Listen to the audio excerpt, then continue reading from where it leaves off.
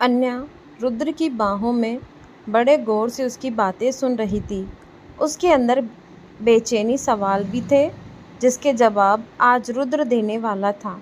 इसीलिए जैसे अन्या अपने दिल को संभाले रुद्र को देख रही थी, रुद्र अपनी बात जारी करते हुए अन्या की आंखों में देख आगे कहता है, पता है वाइफी, मैंने पहली बार तुम्हारी झलक उस इंसिडेंट के बाद एयरपोर्ट पर एक मैगजीन में देखी थी जिसके कवर पेज पे बड़े बड़े अक्षरों में लिखा था, the new lady queen of business world Mrs Anya Rudra Rai Chauhan. उसके साथ तुम्हारी फ़ोटो भी थी और उस पहली झलक में मेरे दिल ने तुम्हें पहचान लिया था। मुझे एहसास था कि तुमसे मेरा वो नाता है जो आज तक मुझे कभी नित्या बाकी किसी के साथ नहीं हुआ। मैंने पहली बार तुम्हारा नाम पढ़ा, उसके साथ छुपी मेरी पहचान पड़ी थी। मैंने बस तुमसे मिलना चाहता था, इसीलिए मैंने जानबूझकर उस राजवेंद्र बेदी के साथ देने का नाटक किया। पहली बार जब हम उस ऑफिस मीट में मिले, मैंने पहली तुम्हें देख मुझे कुछ जाने पहचाने एहसास हुए। यहाँ तक कि मेरी यादों में भी तुमने दस्तक दिया। लेकिन ये सब इतना आसान नहीं था। वो लोग दवाई दे रहे थे जिससे अगर मैं नहीं खाता तो मेरी हालत ख़राब हो जाती। उन सब ने मुझे किसी किसी जरिए से दवाई को देना कंटिन्यू रखना चाहा ताकि मुझे याद ना आए, मेरी यादों में तुम सब ना आओ। रुद्र की बात सुन अन्या बड़े प्यार से रुद्र के गालों पे हाथ रख थोड़े दर्द से कहती हैं, सॉरी रुद्र, शायद मैं ये सब जान पाती तो आपको इतना सहना नहीं पड़ता।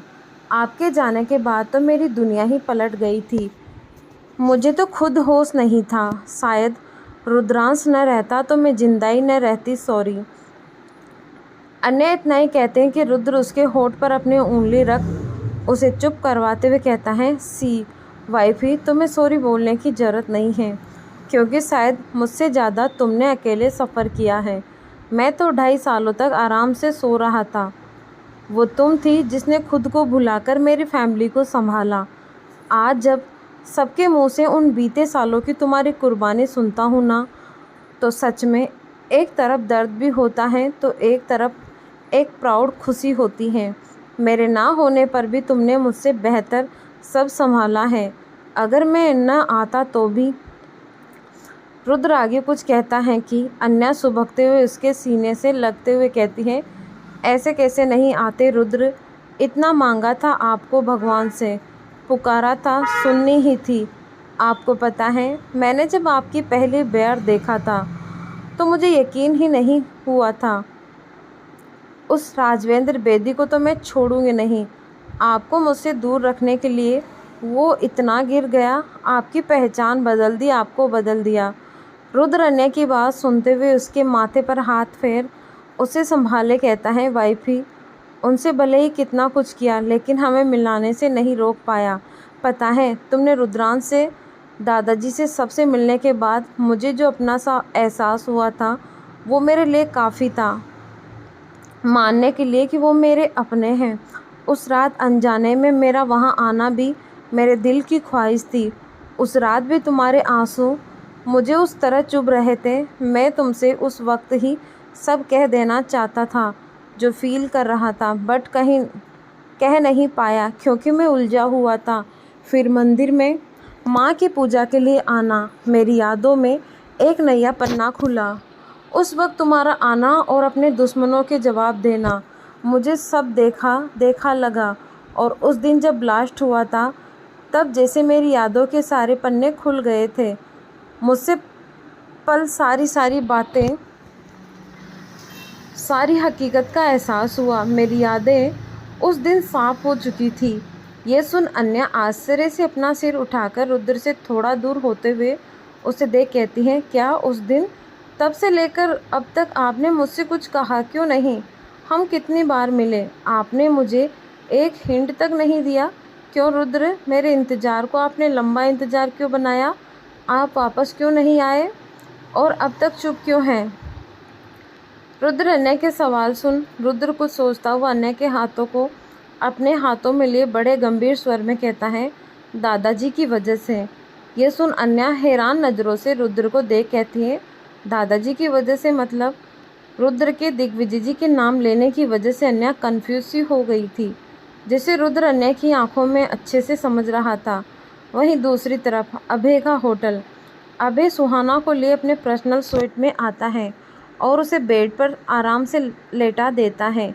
अभय सुहाना के गर्दन से अपना हाथ जैसे हटाने वाला होता है कि अचानक ही उसका मोबाइल बजता है, जिसकी वजह से अभय का ध्यान उस ओर जाता है। मोबाइल रिंग की वजह से अचानक ही सुहाना की नींद खुल जाती है और अभय को खुद के इतना करीब पाकर वो हड़बड़ाते हुए एक झटके में उसे एक जोर की लात मारती है, जिसकी वजह से बेचारा अभय अचानक ही हवा में डोले ज़मीन पर धम से गिर जाता है।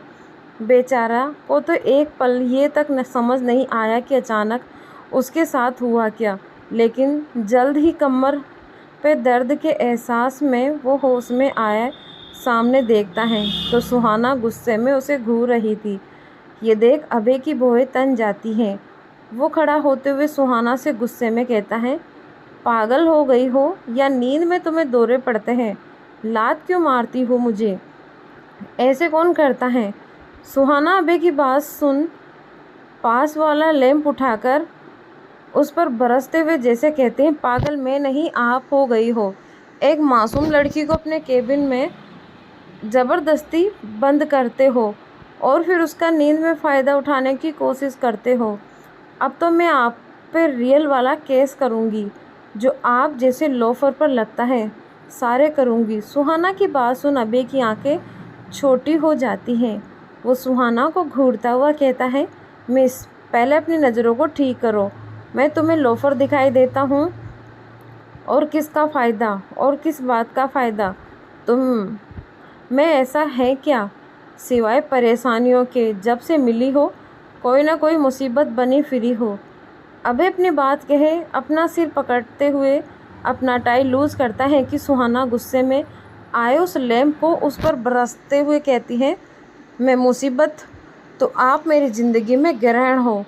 बेचारा अभय सुहाना की इस हरकत से खुद को साइड किए बसते हुए गुस्से से कहता है, पागल हो गई हो क्या? नींद में हो अब तक? उसे साइड रखो। वो बहुत एक्सपेंसिव पीस है जिससे तुम्हें ज़िंदगी भर भी यहाँ काम कर चुका नहीं पाओगी। रखो उसे। लेकिन सुहाना अब कहाँ रुकने वाली थी। वो अभय के पीछे भागते हुए कहती है, नहीं रुकूंगी। मैं पागल हूँ ना? पागल कुछ करते हैं, आज मैं नहीं रुकूंगी। अभय और सुहाना के बीच ये चूहे बिल्ली वाली नोकझोंक चल रहा था कि अभय पीछे से आते हुए जल्दी से सुहाना के हाथ में वो लैंप छीनते हुए कहता है, छोड़ो इसे, दिमाग ख़राब हो गया है तुम्हारा। सुहाना अब भड़कते हुए अचानक ही रोते हुए कहती है, हाँ मेरा दिमाग ख़राब हो गया। पूरे 4 घंटे मुझे इस केबिन में बंद कर रखा। ऐसा कोई करता है भला? पता है मैं ऐसे बंद जगह मुझे कितना डर लगता है। मुझे डर लग रहा था, ऊपर से मुझे कितनी भूख लगी थी। वहाँ कुछ खाने के लिए भी नहीं था। दोपहर से कुछ खाया नहीं था, इतनी ज़्यादा भूख लगी थी। सुहाना अपनी बात कहते हुए सुबकने लगती हैं तो अभय को जैसे खुद की गलती का रियलाइज होता है। उसे सुहाना को तोड़ फोड़ वाली हरकत शायद बहाना लगी थी। उसे समझ नहीं आया था कि सुहाना को डर भी लगता है, ऊपर से वो भूखी भी थी। ये सब सोच सोच अभय को अपनी हरकतों पे बहुत गुस्सा आ रहा था। वो सुहाना को रोते हुए देख उसे चुप करवाने की कोशिश करते हुए हिचकिचाहट में कहता है, अच्छा सॉरी, तुम्हें भूख लगी है तो बाहर खाने की ट्रॉली है। अभय इतना ही कहता है कि सुहाना की आंखें खाना सुन चमक आ जाती हैं। वो जल्दी से बिना अभय की पूरी बात सुने वहाँ से बाहर की तरफ जाती हैं। उसे जाते देख धीरे से कहता है, तुम चाहो तो खा सकती हो। सुहाना अभय की पूरी बात सुनने की पहले ही आज जा चुकी थी। ये देख अभय अपना सिर झटकते हुए खुद से कहता है, क्या लड़की है, पल में कुछ अभी शेरनी बन धमकी दे रही थी, अचानक ही भीगी बिल्ली बन गई। यही सब अभय के चेहरे पर एक छोटी सी मुस्कान आ गई। वो भी सुहाना के पीछे बाहर आता है तो देखता है सुहाना भुक्कड़ों की तरह खाने पे टूट पड़ी थी। उसने तो इतनी जहमत नहीं उठाई कि वो एक प्लेट में खाना ले। वहीं अभय बस खड़ा खड़ा उसे यूँ देख रहा था। पहली बार अभय को सुहाना पे गुस्सा नहीं आ रहा था, बस दिल में सुकून आ रहा था। तभी सुहाना को अचानक ही काफ़ी तेज़ मिर्ची लगती हैं। वो बच्चों की तरह उछलने लगती हैं। ये देख अभय जल्दी से आगे बढ़ ट्रॉली पे रखा एक गिलास उठाकर सुहाना के मुंह से लगा देता है। सुहाना एक झटके में उस गिलास को खटक देती है। ये देख अभय उसे आराम से कहता है कि सुहाना गिलास के साथ अचानक ही दो पलों में झूमने लगी है। ये देख अभय कुछ कंफ्यूज था। उस गिलास को देखता है तो उसे रियलाइज़ होता है कि जल्दी जल्दी में उसने सुहाना को कॉकटेल पिला दिया था, जिसका नशा अभय को तो नहीं चढ़ता लेकिन सुहाना को एक बारी में चढ़ चुका था। जिसके बाद तो अभय का दिमाग ही घूम गया। वो कभी गिलास को तो कभी सुहाना को देख अपनी परेशानी नज़रों से ताक रहा था। अब ये मुसीबत ने अभय ने खुद बुलाई थी। वहीं दूसरी तरफ अन्या का कमरा। अन्या इस वक्त पूरी सच्चाई जान थोड़ी शौक में अपने हाथों में अपने चेहरे को छुपाए सोफे पर बैठी थी। रुद्र अन्या के लिए पानी का गिलास लिए उसकी तरफ बढ़ते हुए उसके पास बैठ जाता है। अन्या पानी का गिलास लिए उसे ताकते हुए थोड़े परेशान स्वर में कहती है, हो गॉड रुद्र, मैं कभी सोच नहीं सकती कि दादाजी ये कर देंगे। ऐसे तो हम हार जाएंगे उस राजवेंद्र बेदी से, और आप क्या इस डर से उस राजवेंद्र बेदी के पास रहेंगे? मुझे तो अभी तक कुछ समझ नहीं आ रहा है। रुद्र अन्या की बात सुन उसके कंधों को थाम उसे अपने करीब लिए कहता है, ऐसा कुछ नहीं होगा वाइफी, मैं वहाँ सिर्फ उनके भरोसे के लिए था जो अब यकीन में आ चुका है। बस कुछ दिन और, बाजी हमारे हाथ में है। अन्या रुद्र की बात सुन कुछ सोचते हुए कहती है, लेकिन रुद्र हम ये सब से निकलेंगे कैसे? मेरे ख्याल से दादाजी को खुद भी आइडिया नहीं होगा ये सब का। रुद्र अन्या की बात सुन भरोसे से कहता है, वाइफी वो सब मुझ पर छोड़ दो, तुम बस वो करो जो मैंने कहा, बाकी सब हमारे हाथ में होगा। बहुत जल्द उस राजवेंद्र बेदी को अपने सारे कर्मों की सज़ा एक बार में मिलेगी। वो मुझे तुम्हारे सामने खड़ा यूज़ करना चाहता था, अब हम उससे करेंगे अपने हिसाब से। रुद्र की बातों में आज अन्या को अपने पुराने की झलक दिखाई दे रही थी, जिसे देख अन्या कुछ रिलैक्स ही हो गई। रुद्र की बातों में आज अन्या को अपने पुराने की झलक दिखाई दे रही थी, जिसे देख अन्या कुछ रिलैक्स ही हो गई। अन्या रुद्र के कंधे पर सिर बड़े सुकून से टिकाए धीमी आवाज़ में अपने हाथों को रुद्र के हाथों में देख नम भरी आवाज़ में कहती है, आई मिस यू रुद्र। अन्या की आवाज़ में दर्द भरी सुकून महसूस कर रुद्र एक नज़र अन्या के चेहरे को ताकता है, फिर आगे बढ़ उसे अपनी बाहों में जकड़ते हुए बड़े प्यार से उसके माथे को चूम उससे वैसे अपनी बाहों में भरे अपनी आंखें बंद कर लेता है। दोनों कुछ पल यूँ खामोशी में एक दूसरे का साथ पाकर काफ़ी खुश थे, इसीलिए उन्हें अपनी खुशी शब्दों में बयां करने की ज़रूरत ही नहीं थी। तभी अचानक ही अन्या के जहन में कुछ ख्याल आता है। वो वैसे ही कुछ सोचते हुए पूछती हैं, रुद्र। रुद्र अपनी आंखें बंद किए वैसे कहता है, अन्या। रुद्र, मुझे एक बात अब तक समझ नहीं आई, उस हादसे में अगर राजवेंद्र बेदी का हाथ था तो वो आपको जिंदा क्यों रखते? और उस रात जब अंश पे हमला हुआ तो आपने उस बेदी परिवार को क्यों डिफेक्ट किया? क्या आपकी नज़र में कोई? अन्या इतना बोलते बोलते चुप हो गई। वहीं रुद्र अन्या के सवाल पे अपनी आंखें खोल अन्या को देखता है, फिर हल्के से उसकी नाक को अपने उंगली से टच कर मुस्कुराते हुए कहता है, वाइफी तुम्हें मुझ पे इतना अनजान बनने की ज़रूरत नहीं है।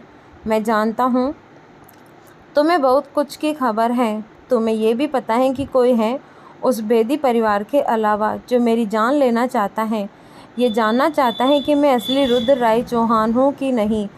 रुद्र के ऐसे बोलने पर अन्या हल्की सी झेप गई। वो सब जानती थी, बट वो ये रुद्र को बताकर उसे टेंशन नहीं देना चाहती थी।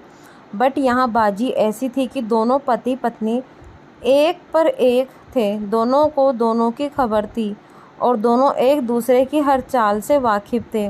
अन्या रुद्र की बात पे अपने बालों को अपने कान के पीछे करते हुए रुद्र की आंखों में देख कहती है, हाँ रुद्र, मैं जानती हूँ कोई है, बट न जाने क्यों मैं अब तक उसकी पहचान तक नहीं पहुँच पाई। कोई पल पल की खबर रख रहा है आपकी, बट मुझे समझ नहीं आ रहा है क्यों और कौन है, क्या वजह है। अन्य की बात सुन रुद्र भी उसकी बातों पे गौर किए कहता है, वाइफ ही, वजह का तो अब तक मुझे भी पता नहीं, लेकिन इतना पता है जो कोई है वो मेरी पहचान जान सके। उस दिन मंदिर में हुए हमले की खबर भी किसी ने हमारे दुश्मन को ऐसे ही दी थी ताकि वो मुझ तक, मेरी सच्चाई तक पहुंच सके। रुद्रांश पे हमला भी इसीलिए हॉस्पिटल में करवाया गया ताकि मैं सामने आ सकूं। जो कोई है वो सिर्फ मुझे मारना चाहता है, जिसकी वजह से वो शायद हमारे फैमिली या हमारे बेटे को भी टारगेट कर रहा है, बस मुझे सामने लाने के लिए। अन्य रुद्र की बात समझे थोड़े अफसोस में कहती हैं, और इस वजह के डर से आपने अब तक किसी को क्या, मुझे तक इस बात की भनक नहीं लगने दी कि आप अंश की वजह से चुप थे ना। अन्य की बात सुन रुद्र खामोश हो जाता है। ये सच था कि वो अंश की वजह से अब तक चुप बैठा था, क्योंकि यहाँ बात उसके बेटे की जान की थी। रुद्र चाहता तो कब का अन्य से बहुत कुछ कह देता, या उस बेदी परिवार को अकेला सबक सिखाए सबके सामने आ जाता था, लेकिन रुद्र इस वक्त कोई रिस्क नहीं ले सकता था। रुद्र को कहीं ना कहीं इस बात का शक था कि वो जो कोई भी है उसके परिवार के आसपास ही है। अगर वो अपने परिवार के करीब गया तो कहीं सब खो न बैठे। रुद्र पहले जितना बेफिक्र था अपने दुश्मनों के सामने, वही आज पिता बन उसे सिर्फ अपने बेटे की फिक्र थी। इन सब में वो उसे खो नहीं सकता था, और उसके दुश्मन शायद इस बात का ही फ़ायदा उठाने की फिराक में थे। रुद्र यही सब सोचता हुआ उठता है और आगे चल दीवार के लगे तस्वीर के आगे खड़ा हो जाता है, जहाँ अन्या और रुद्रांश की कुछ तस्वीर थी। रुद्र इस वक्त उन तस्वीर में खुद को उन पलों को मिस कर थोड़ा उदास था। अन्या उसकी उदासी साफ देख सकती थी रुद्र की आंखों में, इसीलिए अन्या रुद्र के बगल में उसकी बाहों को टाइटली होल्ड कर उसे साइड हग करते हुए पूछती है, क्या हुआ रुद्र, क्या देख रहे हैं। रुद्र अन्या की बात सुन एक अफसोस में सांस भर कहता है, अपनी किस्मत देख रहा हूँ वाइफ ही, मैंने मिस कर दिया सब कुछ।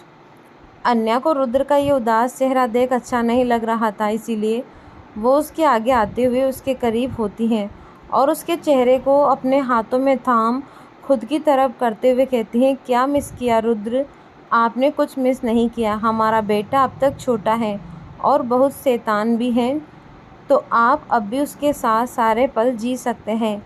ये बोल अन्या खुद सोच मुँह बनाते हुए कहती हैं, हाँ मिस किया है, तो बस ये कि आप उसके डायपर बदलने से बच गए। अन्या की बात सुन रुद्र के चेहरे पर हल्की मुस्कान छा जाती है। वो अन्या की कमर को टाइटली होल्ड कर खुद के और करीब करते हुए शरारत से कहता है, अच्छा तो इसके बदले मुझे क्या सज़ा मिलनी चाहिए। अन्या यह सुन कुछ शरारत भरी आंखों से कहती हैं, इसके बदले तो आपको बहुत बड़ी सज़ा मिलनी चाहिए, ऐसी सज़ा जो आपने एक्सेप्ट ना की हो। अन्या की बातें सुन रुद्र की आंखों में भी चमक सी आ जाती है। वो अन्या की कमर को और टाइटली होल्ड करके अपने हाथों को उसकी कमर से होते हुए उसकी पीठ तक फिराते हुए शरारत से कहता है, अच्छा ऐसी क्या सज़ा है। फिर रुद्र खुद में सोच अपनी एक आईब्रो झुकाते हुए कहता है, डोंट टेल मी वाइफी, तुम मुझे इस कमरे से बाहर कर दोगी। अन्या के होठों के करीब हुए बड़े एक्टिव टोन में कहता है, क्योंकि आज मैं इतनी आसानी से जाने वाला नहीं हूँ।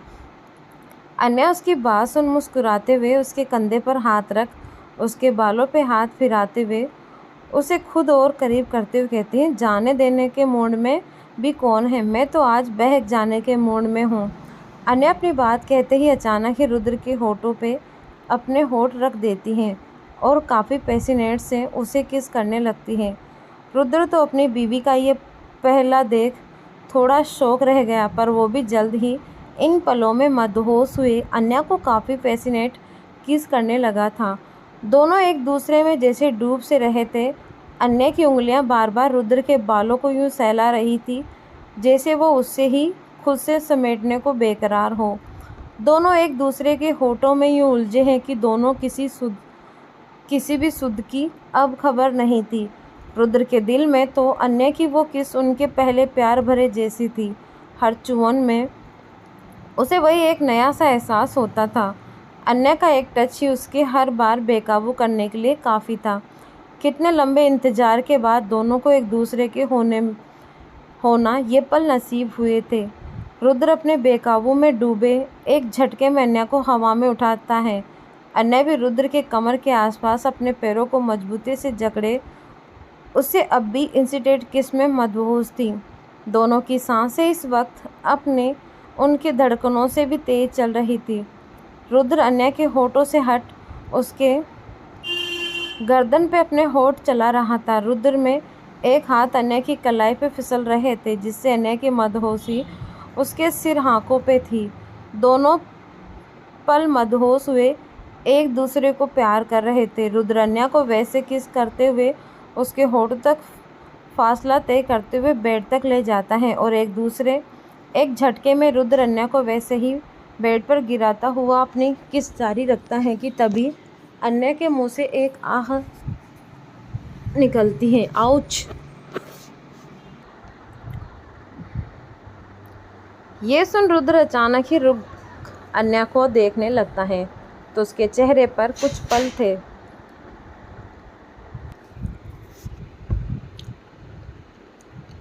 ये सुन रुद्र अचानक ही रुक अन्य को देखने लगता है तो उसके चेहरे पर कुछ बल पड़े थे। रुद्र कुछ सवाल पूछ पाता कि अन्य अपने पीठ के नीचे से रुद्रांश का खिलौना निकाल रुद्र को दिखाती हैं, जिसे देख अचानक ही दोनों के होठों पे हंसी खिल जाती है।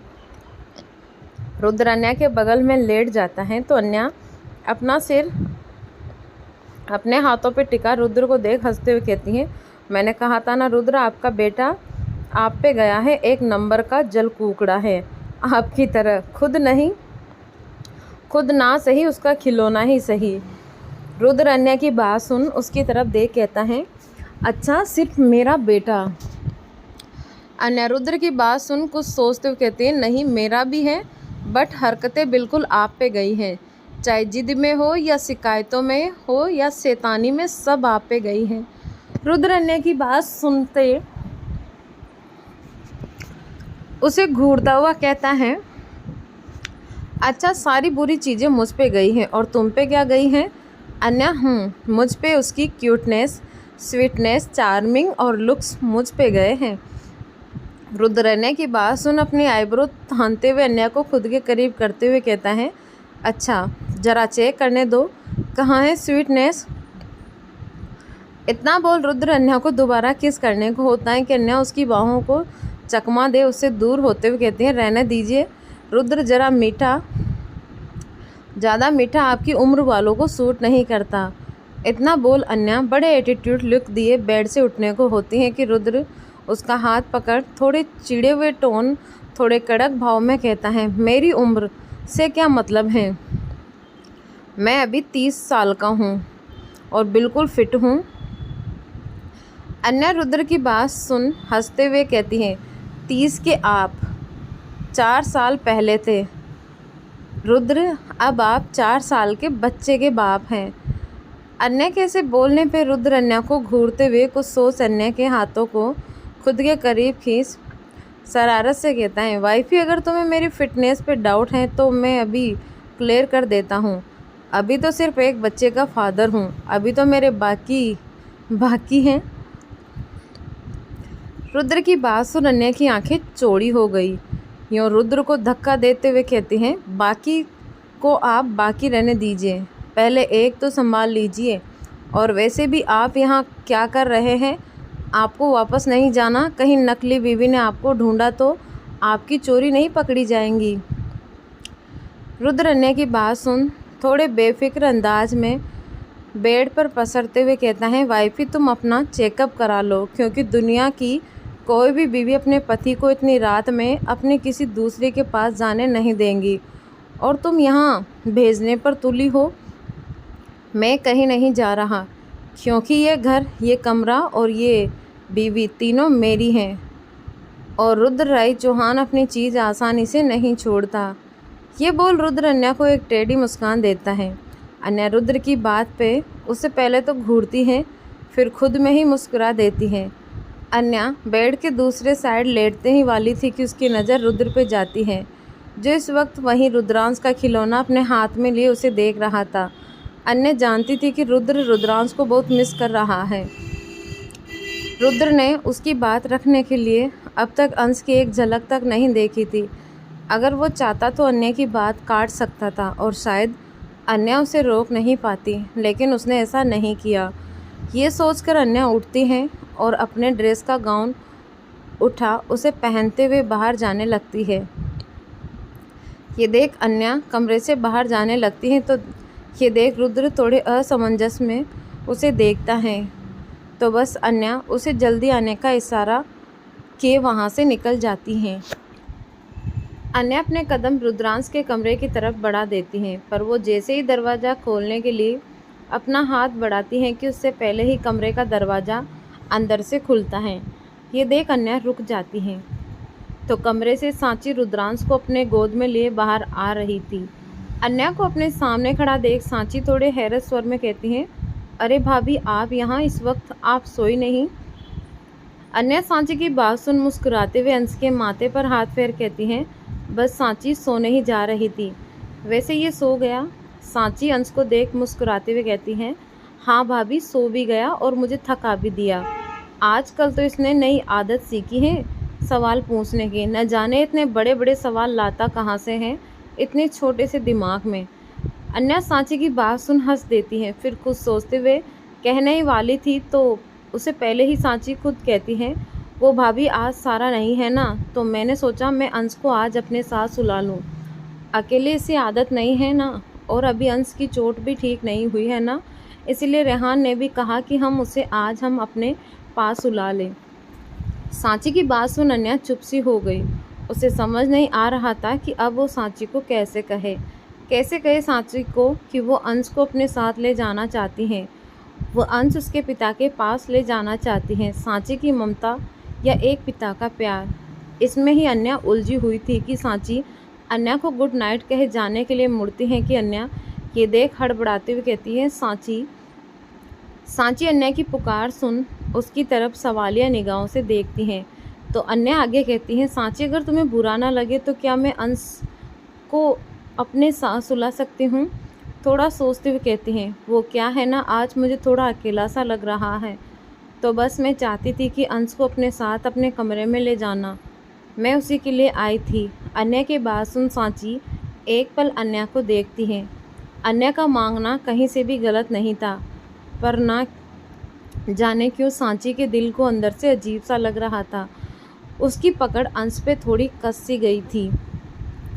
सांची एक कोशिश भरी मुस्कान के साथ कहती हैं, भाभी, इसमें पूछने की क्या बात है? अंश आपका ही बेटा है, आप जब चाहे अपने पास रख सकती हैं।